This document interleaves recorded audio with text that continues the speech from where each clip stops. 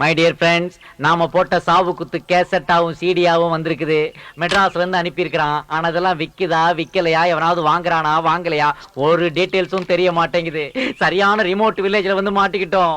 பால் MTV பார்க்க போதே feverish இருக்கு பால். இந்த கிராமத்துல ஏதுடா எம்டிவி, எல்லாம் எம்டி பசங்க. பகல்ல ஃபுல்லா சமையல் குறிப்பும் மெகா சீரியலுமா பார்த்து தள்ளுவானுங்க. நைட் ஆனா மிட் நைட் மசாலாவை பார்த்துட்டு அதே மூட்ல பாப்புலேஷன் ஏத்தி விட்டுருவாங்க. அதெல்லாம் நம்ம யூஎஸ்ல போய் பாத்துக்கலாம். அந்த கால ரொம்ப அரிக்குது, சொல்லி விடு. லைட்டா சொல்லி. என்னடா இது, ஒரு கார் வந்து நிக்குது. அதுல இருந்து ஒரு பெண்டு காலம் இறங்கி வர்றான். டிபன் கிப்பன் வாங்கி கொடுப்பானா? ஐயா ஏண்டா உங்களுக்கு எவ்வளவு தைரியம் இருந்தா என்னோட கேஸ்ட டூப்ளிகேட் போட்டு விப்பீங்க? ஐ அம் 30% ஷேர் ஹோல்டர். சேரு டேபிள்ங்கற டே, அது ஷேர்டா. அப்படி பார்த்தா 70% ஷேர் ஹோல்டர் நான்டா. சாமி நீங்களா? என்ன சாமி இப்படி கந்தல் ஆயிட்டீங்க? டேய், நீ அந்த சாவு குத்து பார்ட்டி தானே? ஆமா சாமி. என்னடா இது மாறி வேஷம்? நகைக்கடை ஷோகேஸ்ல இருந்து எஸ்கேப் ஆன மங்கி பொம்மை மாதிரி இருக்கிறியே, இதெல்லாம் எங்க திருண்ண? எல்லாம் நீங்க போட்ட பிச்சை சாமி. நான் இப்ப பிச்சை போடுற கண்டிஷன்ல இல்லடா. நீ குடுத்தீர அதெல்லாம் நானே வச்சுக்க வேண்டாம். நாங்கெல்லாம் டீ சாப்பிட்டே 3 days ஆச்சு. பாரு, பேண்ட்டை வித்துட்டு பிஜிஐல ட்ரெஸ் போட்டிருக்கிறேன் நானு. அப்படி இல்ல சாமி, நம்ம 30-70 அக்ரிமெண்ட் போட்டோம்ல. ஆமா. அந்த 30% வந்த லாபத்துல தான் இந்த செயின் எல்லாம் நான் போர்டுகாரன் கூட வாங்கிக்கிறேன், கூடு கூட கட்டிக்கிறேன். நீங்க தான் வந்து பால் காய்ச்சணும். ஏய் பால், 30% கிடைச்ச இவனே உள்ள வசதியாகறான் பால். 70% கிடைக்க போற நாம என்னென்ன வாங்கலாம் பால்? ஏ varieties and different colors of dresses. Benz car, BMW car. பால், பேசாம ட்ரெயின் வாங்கி விடலாம். கச்சேரி போறதுக்கு கன்வீனியன்ட்டா இருக்கும். போட்டுக்க தெரியாம டிடிஆருக்கு குவார்ட்டர் வாங்கி கொடுத்து போர் அடிச்சு போச்சு. சபாஷ், பட் கண்ட்ரோல் யுவர் எமோஷன்ஸ். இந்த மேட்டர் இந்த கிராமத்துல யாருக்கும் லீக் ஆயிர கூடாது. தெரிஞ்சா பொல்லாத பசங்க எல்லாரும் நம்ம மேல திருஷ்டி போட்டு நம்மள எரிச்சு விட்டுருவானுங்க. இல்லனா கோயில்ல போய் காசு வெட்டி போட்டு கை கால் இழுக்க வச்சிருவானுங்க. அதுக்கு முன்னாடி யூஎஸ்க்கு ஒரு சார்ட்டர் ஃளைட் பிடிச்சு எல்லாரும் எஸ்கேப் ஆயிட வேண்டியது. சாமி, என்ன சாமி அமெரிக்கா? பேர் உள்ளூர்லயே பயங்கரமா பரவி நிக்குது. நான் பாக்குறது கும்பல் கும்பலா காத்துறாங்க. ஓ, வாசாமி. Hi local crowd, what is the matter? ஏய், நீதான் சாவு குத்துன்னு கேசட் போட்டவனா? அதெல்லாம் ஓல்ட் நியூஸ். அதே இப்ப கேக்குறேன். உனக்கு நான் 2 minutes அப்பாயின்மென்ட் தரேன். வேற ஏதாவது கேளு. அட பாவி, என் பையன் அந்த கேசட் போட்டு கேட்ட உடனே எங்க அப்பா மஞ்ச காமால இருந்தவன் போயிட்டான்டா. அது மஞ்ச காமால வந்தா நீங்க எங்கடா கேர்ஃபுல்லா இருக்கறீங்க? அப்பதானடா ராவா உள்ள விடுறீங்க. அதுல டிக்கெட் வாங்கிட்டு மேல போய்ட்டான் போல இருக்கு. டேய், உன் கேசட்ல இருக்கிற பாட்டை கேட்டு என் குழந்தை ஜரம் வந்து ஆஸ்பத்திரியில படுத்துருக்குடா. ஆமா, ஐஸ்வர்யா ராய். உன் பாடி அழுகு கெட்டற கூடாதுன்னு நீ தாய்ப்பால் கொடுக்காம விட்டுருப்ப. அதுல குழந்தை வீக் ஆகி ஆஸ்பத்திரியில அட்மிட் ஆயிருக்கு. சொல்ல வந்துட்டா பேருச்சா.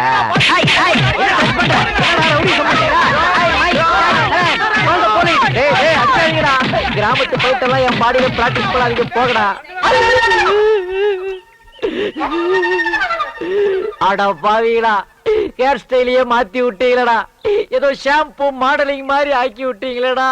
மைக், ஜாக், ஹெலன், ஐயோ எல்லாரும் அந்த சாவு குத்து பார்ட்டி பார்சல் பண்ணிட்டு போயிட்டா போல இருக்கு.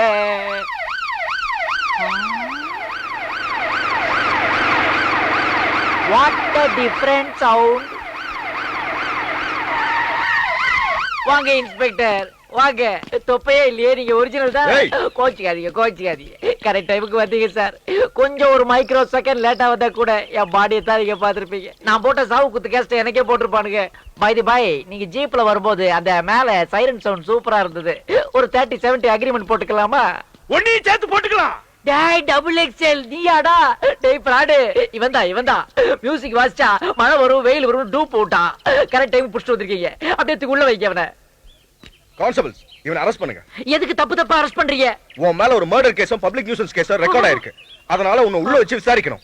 எது சொல்றதால கோர்ட்ல வந்து சொல்லிக்க. கோர்ட் கேஸ் இதெல்லாம் வேணாங்க. வாய்தா மேல வாய்தா போட்டு இழுத்து 10 வருஷத்துக்கு மேல ஆக்கி டிலே பண்ணிடுவாங்க. ஏதா இருந்தாலும் நீங்களே தீர்ப்பு சொல்லுங்க. வர்றேன். நம்ம பண்பாடு கலாச்சாரத்தை கிண்டல் பண்ண எனக்கு இது வேணும். ஓ மனிதர்களே, இவன் இசைப்பயணம் முடியவில்லை. இவன் மீண்டும் வருவான் என்று இவன் தாத்தா இவனுக்காக காத்துக்கொண்டே இருக்கிறார். என்ன மாதவி, கோகிலா கல்யாண பத்திரிகைலாம் எழுத ஆரம்பிச்சாச்சா? பின்ன என்னங்க, கல்யாணத்துக்கு இன்னும் 10 நாள் தான் இருக்கு. சொந்தக்காரனுக்குலாம் இப்ப அமிச்சாதான் 2 நாளைக்கு முன்னாடி வந்து சேருவாங்க. எங்க சீனு, பெரிய மாமா, சின்ன மாமா யாரையும் காணோம்? அவங்களாம் சபா செக்ரட்டரி பார்க்க போயிருக்காங்க. எதுக்கு? நாளைக்கு நடக்க போற ப்ரோக்ராம் பெரிய ப்ரோக்ராம். ஓ, நாளைக்கு முதல் தடவையா சீனு திருச்சியில பாட போறான். பெரிய எதிர்பார்ப்பு. அது விஷயமா அதை அரேஞ்ச் பண்ண வர பார்க்க போயிருக்காங்க. ஓஹோ சரி. நீயே தனியா எழுதுனா உன் கை வலிக்காதா? என்கிட்ட கூட நான் எழுதுறேன். ஏங்க உங்களுக்கு ஒரு வேலையே இல்லையா? இல்லையே. ஐயோ sorry sorry sorry sorry, I'm really sorry. நான் அந்த அர்த்தத்துல சொல்லலைங்க. என்னை விட்டு அதெல்லாம் போயிடுச்சு. குடு குடு குடு, சரி. நானே எழுதுறேன். குடு. என்னங்க நீங்க எழுதுங்க, நான் படிக்கிறேன். திருமதி சக்திவேல்.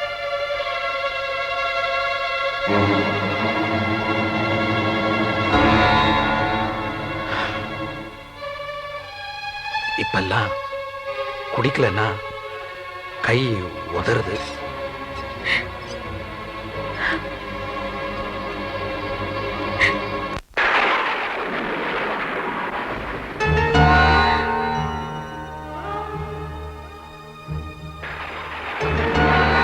என்னங்க இது? நீங்க மனசு மாதிரி உங்க தம்பி மேல உள்ள பொறாம குணம் போனாலும் இந்த பழக்கம் உங்களை விட்டு போகலையே. சத்தியமா பார்வதி, ச்சே, உன் பேர் மாதவி இல்ல. சத்தியமா நான் தண்ணி போடுறது தான் கடைசி தடவை. இத்தனை நாள் கோவத்துல போட்டேன், இன்னைக்கு தான் சந்தோஷத்துல போடுறேன். என் தம்பி மேல இருக்கிற சந்தோஷத்துல. சோபா கலை அரங்கத்துல இன்னைக்கு யாரோட கச்சேரி தெரியுமா? என் தம்பி சீனிவாசனுடைய கச்சேரி. கூட்டத்தோட கூட்டமா நாங்க போக போறேன்.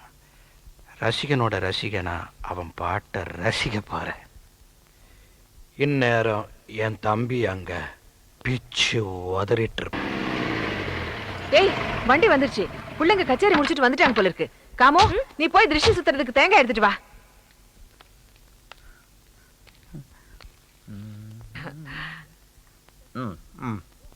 கச்சேரி எப்படிப்பா நடந்தது? பிரமாதம், வெகு பிரமாதம், மிக பிரமாதம். இன்னைக்கு கச்சேரிக்கு ஸ்பெஷல் அப்பியரன்ஸ் யார் தெரியுமா?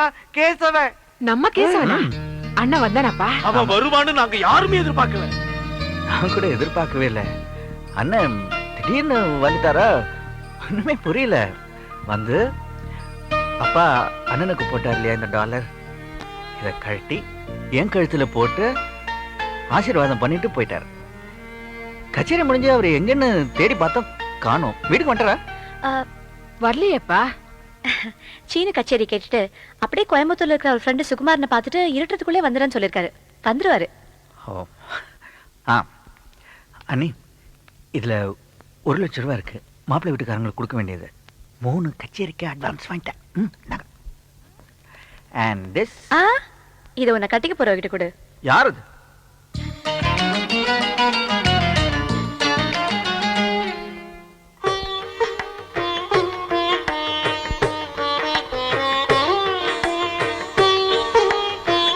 என்னப்பா லிஸ்ட், என்ன பில் இதெல்லாம்? கல்யாணத்துக்கு வாங்கின காய்கறி பில்லு பொன்னுசாமி கொண்டாந்து கொடுத்துட்டு போறாரு. பணம் கொடுத்தாச்சா இல்ல இனிமே தான் கொடுக்கணுமா? எல்லா பில்லும் செட்டில்ட் அப் டு டேட். காய்கறி பில் எல்லாம் செட்டில் பண்ணிட்டேன். கோயிலா கல்யாணத்துக்கு இன்னும் நகையெல்லாம் வாங்கலையே, எப்ப வாங்க போற? அதெல்லாம் அண்ணன் வந்த அப்புறம் தான். அவருக்கு தான் பியூர் கோல்டு கரெக்ட் விலையில எங்க கிடைக்கும்னு தெரியும். சீனு, என்னம்மா? சீனு, கேசவன் இன்னும் வரலன்னு உங்க அண்ணி ரொம்ப கவலையா இருக்காப்பா. ஏன்? அவன் வருவான், வராம எங்க போவான்? அதான் கச்சேரி முடிஞ்சு ஃப்ரெண்ட பாத்துட்டு வரேன்னு போனானே. ஏன் அனாவசியமா பயப்படுற?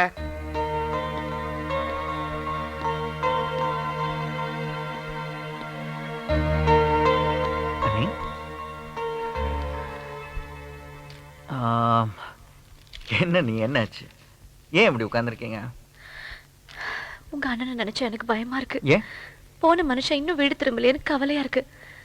எங்கேயாவது குடிச்சிட்டு விழுந்து கிடக்குறாரோன்னு சந்தேகமா இருக்கு. இப்பெல்லாம் பாட்டிலா வாங்கி பீரோல அடுக்கி வச்சிருக்காரு. கொஞ்சம் அதிகமாவே ஆயிடுச்சு. நேத்து கச்சேரி கூட அண்ணன் என்ன பண்றது சீனு? நானும் எவ்வளவு சொல்லி பார்த்துட்டேன். இனி சாப்பிட்டா என்ன, சாப்பிடலன்னா என்னன்னு என்னையே பிடிச்சி கத்த ஆரம்பிச்சிட்டாரு. சீனு, நீங்க எல்லாம் இப்படியே உட்கார்ந்தா எப்படி? கேசவனை தேடி யாராவது போக கூடாதா?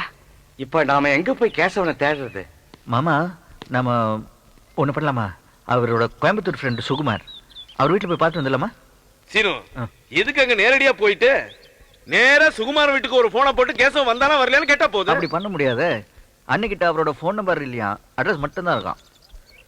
இந்த மாதிரி நேரத்துல கேசவன் ஏன் இப்படி எல்லாம் பண்றான்? மாமா, இதுல அந்த கோயம்புத்தூர் சுகுமார் அட்ரஸ் இருக்கு. நீங்க நேர்ல போய் அண்ணன் அங்க வந்தாரா இல்லையான்னு பார்த்து வாங்க. சரி நானும் இவரும் அண்ணனோட டைரி எடுத்து அவரோட வெளியூர் ஃப்ரெண்ட்ஸ்க்கெல்லாம் ஃபோன் பண்ணி கேட்டு வந்துடுறோம். என்ன மாமா? கேசவா, கல்யாண வேலை பார்க்க வேண்டிய எங்களுக்கு உன்னை தேடுற வேலையை கொடுத்துட்டியே. தாத்தா, நாங்க போயிட்டு வந்துடுறோம்.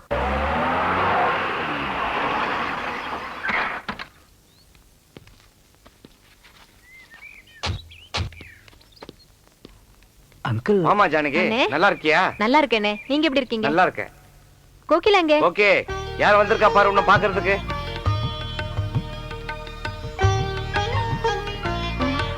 நான் பார்த்து வளர்ந்த பொண்ணு, இப்போ உனக்கு கல்யாணம்.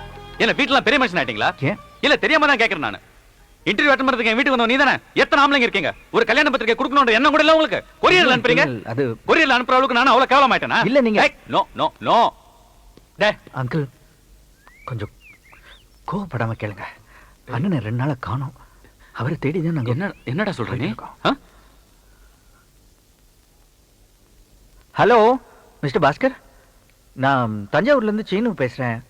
ஆமா ஆமா, அவரோட தம்பிதான். உடல அண்ணன் அங்க வந்தாரா இல்லையா?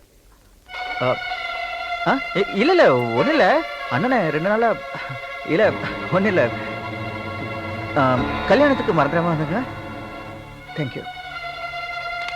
மதுரை போல, நாகப்பட்டினம் போல, கோயம்புத்தூர் போல, சேலம் போல, வேற எங்க தான் போயிருப்பான்?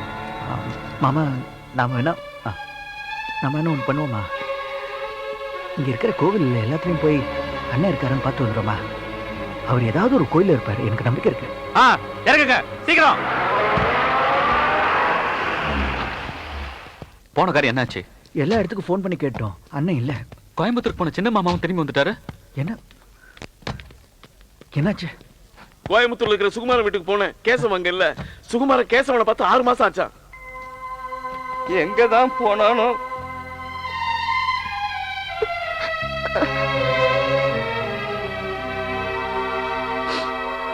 கேசவ இந்த வீட்டு விட்டு போய் இன்னையோட 3 நாள் ஆகுது. இது வரைக்கும் அவனை பத்தி எந்த தகவலுமே தெரியல. என் மருமகனுக்கு ஏதாவது நடந்திருக்குமோன்னு பயமா இருக்கு. மாமா, அப்படியெல்லாம் ஒண்ணு நடந்துருக்கு. சும்மா இருங்க. சின்னு, என்னடா இது அழுதுகிட்டு? கேசவனுக்கு என்ன நடந்திருந்தாலும் அதை நம்ம சந்திச்சுதானே ஆகணும். Will do one thing. போலீஸ்க்கு கம்ப்ளைண்ட் பண்ணுவோம். அவங்க நிச்சயமா கண்டுபிடிச்சு கொடுத்துருவாங்க. மாதவே,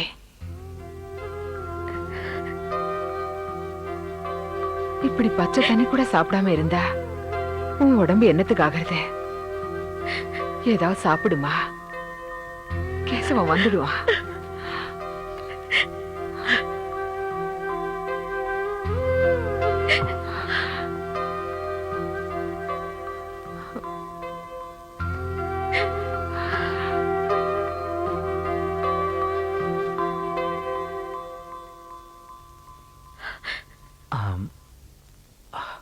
அண்ணி,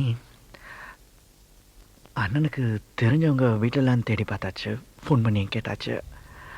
அங்கெல்லாம் அண்ணன் வரலையா? வேணும்னா நம்ம பத்திரிக்கையில் ஏன்னோ விளம்பரம் கொடுத்து போலீஸில் கம்ப்ளைண்ட் பண்ண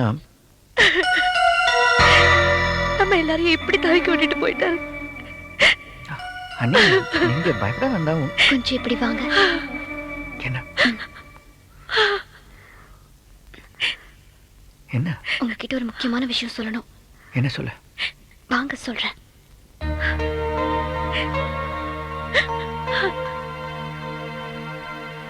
நான் சொல்ல போறத கவனமா கேளுங்க. என்ன? இன்னைக்கு காலையில பத்திரிக்கையில ஒரு நியூஸ் படிச்சேன். 3 நாளைக்கு முன்னாடி திருச்சிக்கு பக்கத்துல இருக்கிற பைபாஸ் ரோட்ல ஒரு ஆள் வண்டி ஏறி இறந்திருக்காரு. அவர் பேரு அட்ரஸ் ஒன்றும் சரியா தெரியாததுனால பாடியை திருச்சி கொண்டு போய் கவர்மெண்ட் ஹாஸ்பிட்டல் மார்ச்சரியில் வச்சிருக்கோன்னு எழுதியிருக்காங்க. அதை படிச்சதுலேருந்தே எனக்கு ரொம்ப பயமா இருக்கு. மற்றவங்க பார்க்கறதுக்குள்ள அந்த பக்கத்தை கிழிச்சு கொண்டு வந்துட்டேன்.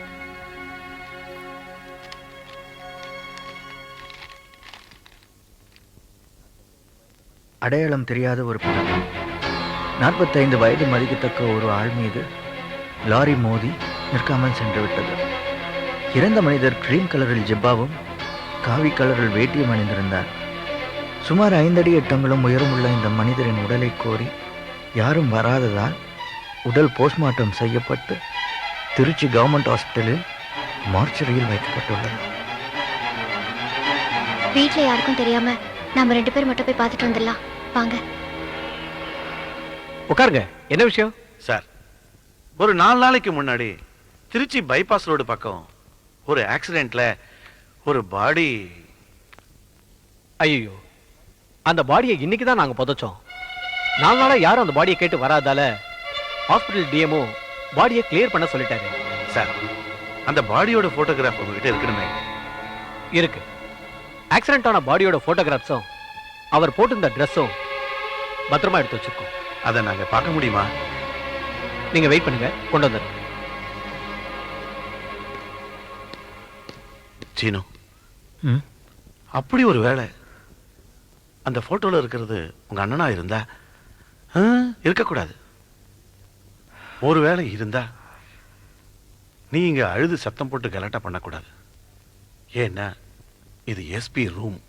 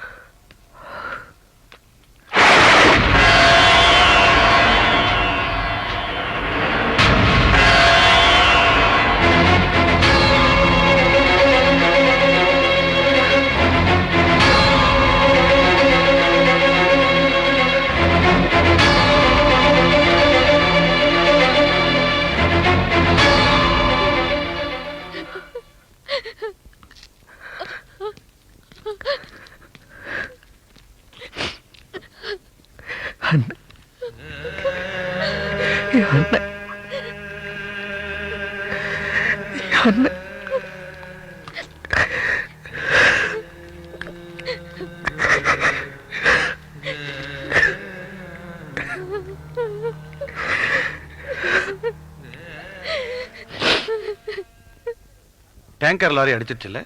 ஆமா சார். பின்னாடி வந்த கார்காரங்க தான் எங்களுக்கு இன்ஃபர்மேஷன் கொடுத்தாங்க. சம்பவம் நடந்தது சரியா 12 மணி இருக்கும். டேங்கர் லாரிக்காரன் இடிச்சிட்டு நிக்காம போயிட்டான். அதனால நம்பர் நோட் பண்ண முடியல. சார், நாங்க இந்த விஷயத்தை எங்க வீட்டுக்கு இன்ஃபார்ம் பண்ணணும்.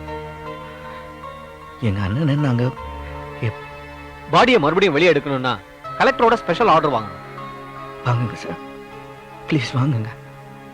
எங்க அண்ணனுக்கு நாங்க எல்லா மரியாதையும் செஞ்சு எங்க முறைப்படி அடக்கம் பண்ணணும். அப்படிலாம் செய்யலாம். ஆனா அதுக்கெல்லாம் இப்ப நேரம் இல்ல. இதே கவர்மெண்ட் விஷயம். ஏற்கனவே மணி 4 ஆச்சு. நாம என்னதான் ட்ரை பண்ணாலும் இன்னைக்கு முடியாது, காலையில தான் முடியும். சார், நாங்க எங்க முதல்ல வீட்டுக்கு இன்ஃபார்ம் பண்ணுங்க. நான் இங்கிருந்து எல்லா வேலைகளையும் கவனிச்சுக்கிறேன். நாளை காலையில 10 மணிக்குள்ள எல்லாத்தையும் ரெடி பண்ணிடுறேன். நீங்க வந்து வாங்கிட்டு போலாம். இப்போ புறப்படுங்க.